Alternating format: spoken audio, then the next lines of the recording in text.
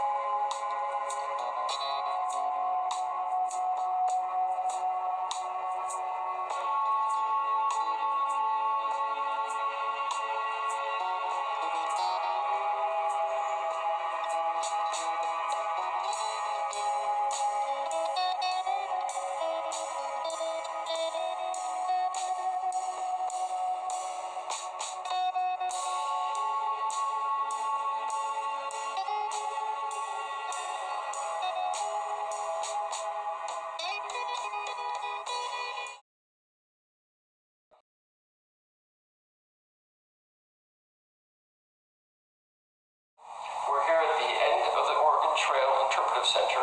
I'm speaking with Bethany.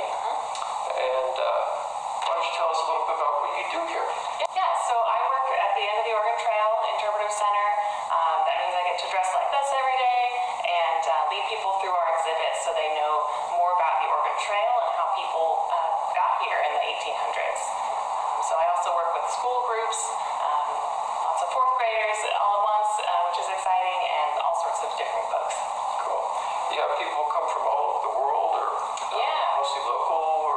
Yeah, a little bit of both. We still get local people that say they didn't realize we were open, so you're not the only one if that's what you were thinking.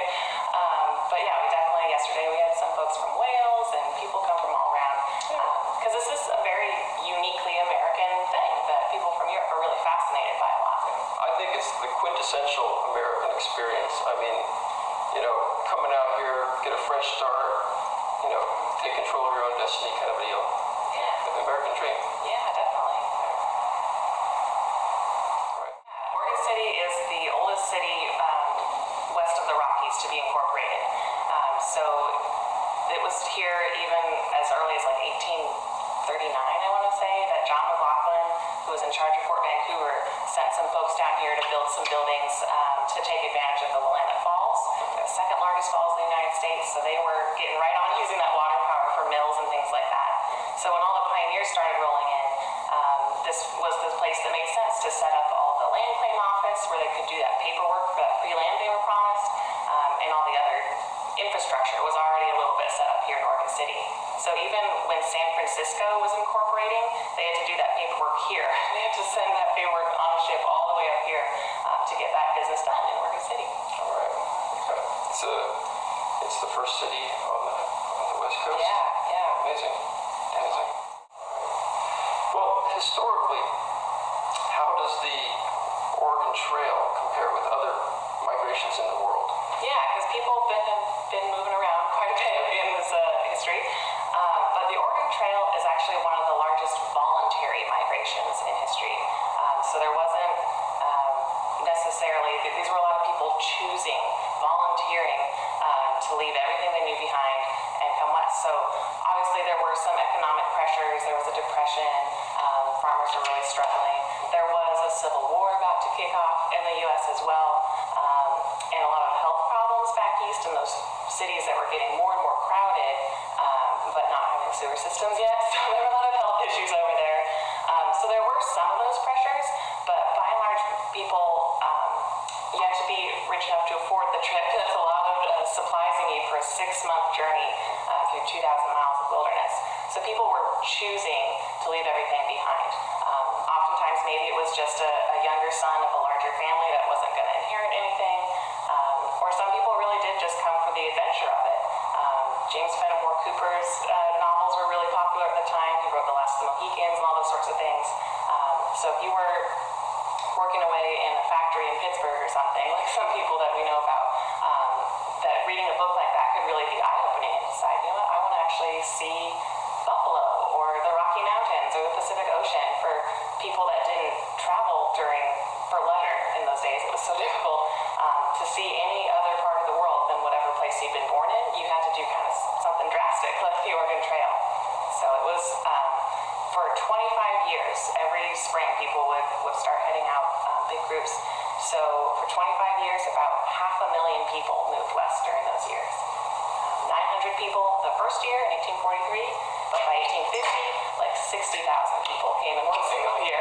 So it really took off.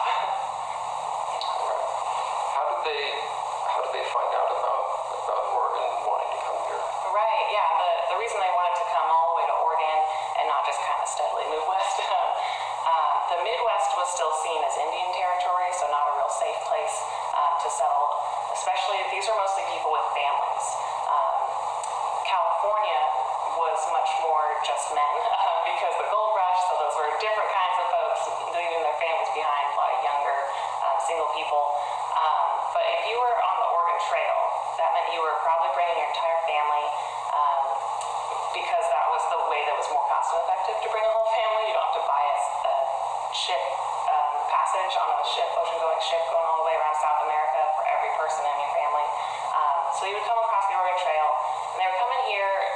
It was advertised as being like the new Garden of Eden, and your pumpkins will grow as large as your house, and pigs are walking around pre-cooked with a knife and fork stuck in them, and you can take off a piece of ham whenever you want. So that was the big draw for people, was that ham walking around. And just the nugget of truth in that exaggeration was that the land is really good quality here. So mostly people were farmers. They heard about it. Lewis and Clark obviously came out and made a big deal in 1804. Took a while for their novel, not novel, it took a while for Lewis and Clark's book that they wrote about their expedition out here to kind of take off, for people to read it. A lot of fur trappers were originally the only ones, the only Western people out here. Of course, they were Native Americans. But those fur trappers were kind of out of jobs by the 1840s because the fashion trend had changed, so they weren't selling as many beaver pelt hats. All the cool kids wanted silk hats. So those folks were out of a job, went back east, and were able to say, I've been there, I've seen that land, I can actually guide you through. And the Oregon Trail is made up of a lot of those fur trapping routes that they had learned from the Native Americans over here. So yeah, it was kind of a while. It took a while. Originally, when people started moving west, some newspapers printed things like, it's practically homicide to try to bring your family out here. It's too dangerous. It's ridiculous. 9 out of 10 people will die, I'm guessing. And this was the newspaper that eventually became famous for saying, go west, young man. So that newspaper editor changed his mind. But when it first started out, it seemed kind of ridiculous. It kind of took some of the missionaries that were moving out to open people's eyes about the fact that a woman could actually survive the journey. So because those missionary wives were some of the first ladies that actually made the overland trip. So people had their doubts about it, but they eventually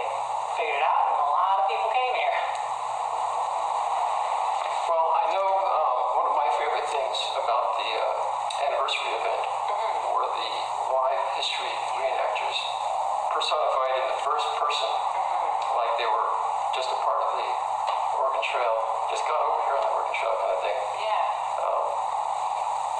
Much more compelling than I would have thought. Just, entertaining and charming. Yeah. Yeah, it's really interesting that I think a lot of people think of history as names and dates and books and all that, but especially Oregon Trail history is just people, people that probably most of us have ancestors very similar to, and a lot of what we know about the Oregon Trail is from people's diaries, so it's their, I love one person complained in his diary about how hard it was to get his mules to listen to him. So even just, we have this person's quote that says, the beast how I hate him. He just had an exclamation mark or two. So we know all their frustrations, and we know, kids crossing the Oregon Trail and like trying to adopt an antelope that they named Jenny, really? and all sorts of things. So even in those days, they were saying, "Mommy, can we keep it?" Yeah. Yeah. Same sort of attitudes. Yeah. So especially when we get special visitors, guest speakers like those reenactors that we had at the 175th, they come out periodically and really are able to show people that these were just people. They dress kind of cool, but otherwise they are just people trying to make a life. Same reason people move today is to have a better life for their family. Yeah. Well, as you know, the preachers all were talking about some eternal promised land. But women, we know how those men folks started thinking about Oregon as being the promised land. And soon, well, Ian, he had a bad case of what they called the Oregon fever. And I told him, well, we've set down roots here. This is where we said that we were going to grow old. And then he didn't play fair.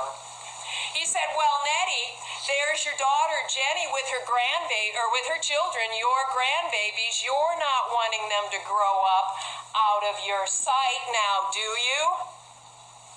Well, what could this grandmother say? So, old as I am, I crossed the Oregon Trail. I'm sure you could tell just as many tales as I can about the trail.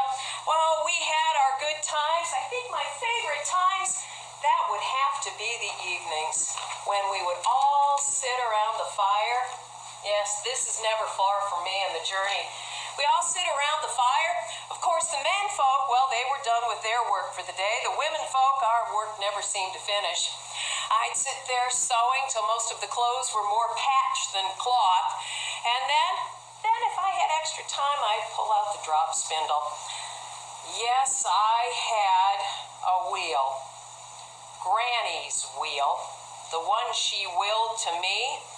Ian said it wouldn't fit in the wagon and I had to give it to my sister, the one who never did spin. Well, I hope maybe she'll finally learn, but I brought the drop spindle along so I'd be spinning wool.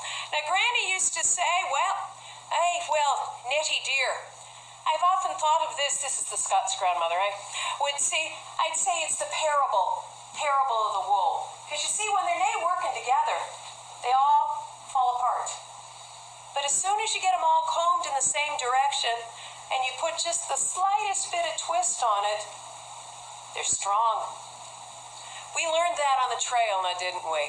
We all worked together as I kept spinning. Now you might wonder, why was I spinning? Well, maybe you learned coming along the trail that the happiest husbands are the ones with the happiest feet. And the happiest feet are the ones with the best socks on it. So if me spinning around the campfire could make Ian's feet a little bit happier and a little less grumbling, well, life was good.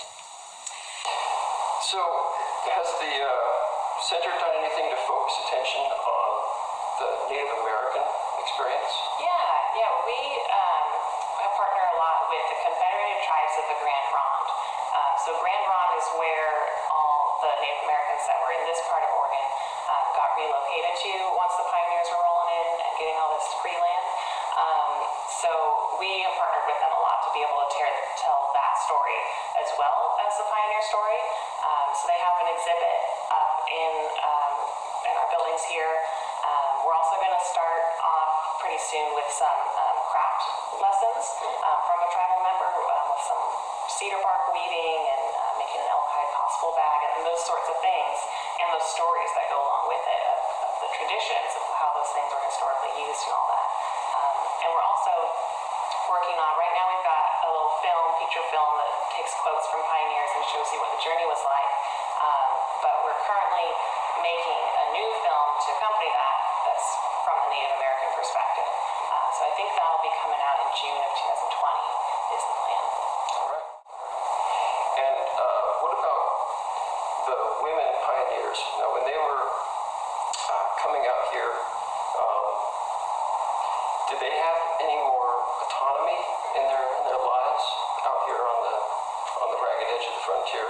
Yeah. They would head back east. Definitely, because other parts of the world right now, it's still very much the Victorian era. So that is not the time we think of ladies having the most liberation. So anytime you're kind of on the edges of society, you get to bend those rules a little bit more. On the frontier, it was all hands on deck.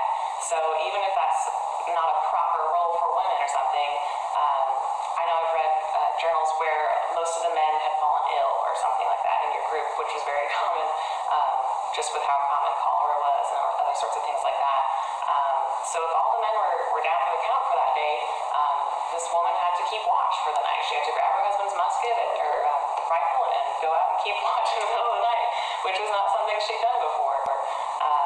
So they still tried very much to maintain the norms. They still did wear their full-length dresses on their 20-mile hikes every day. Yeah. But in many ways, they were really stretching the bounds. Oregon has Bethany Owens-Adair. It was a woman that crossed the trail when she was very young, and she became the first doctor that was a female in Oregon. So all sorts of people getting to push the limits out here. Yeah. Oh, gentlemen's pants? My dears, my dears. Oh, you do need a great deal of assistance. Well, I am here to help you, and that is what we are going to do. Now, I want to give you some information about this. Now, of course, you can tell what they are, I would assume. And it was just a few years ago that ladies started wearing drawers. These are men's drawers, only they're made for ladies.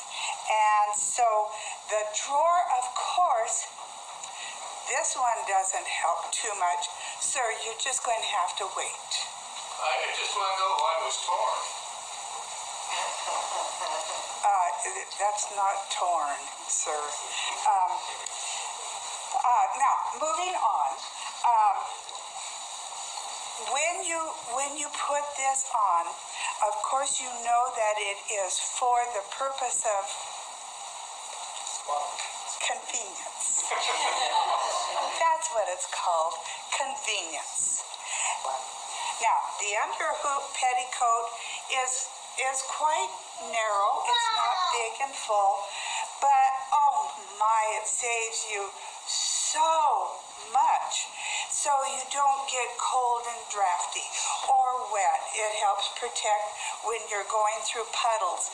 And pretty soon, I would assume most of you came over the trail. You may have come by boat, but over the trail, oh, the rain and the snow and the mess that we had to go through. And the weight, it weighted down the dress. And so pretty soon we were walking like this. See what it did to me? If you were on a wagon train going from the East Coast to the West Coast, were you allowed a little latitude with the heat and the walking to wear less clothes? Very often, it wasn't that you were allowed. You just took it. You just did it. Having all of the clothes, my guess is that very often the corset came off. Right. That would be my guess, because the women were sensible. They weren't, having a lot of times they would read Godey's Lady's Book or something, and it would maybe create some angst if they didn't do it exactly right. But most of the time, especially on the wagon train, I've read that they wore their chemise, they wear their drawers, and they don't worry, they have the petticoats and the other things, but they don't worry about them in the walking. There is no way on the trail. In fact, if they got here with a petticoat, they were lucky, because many times that petticoat was torn for bandages. And so women were told to bring a number of petticoats. Remember, like the chemise, they needed to have at least 7. But that was essential because they did use those petticoats and chemises too, if they had to tear off the bandages. That's the only bandages that they had, were the women's petticoats. So by the time they got here, folks, that was pretty sad for the women. Pretty sad.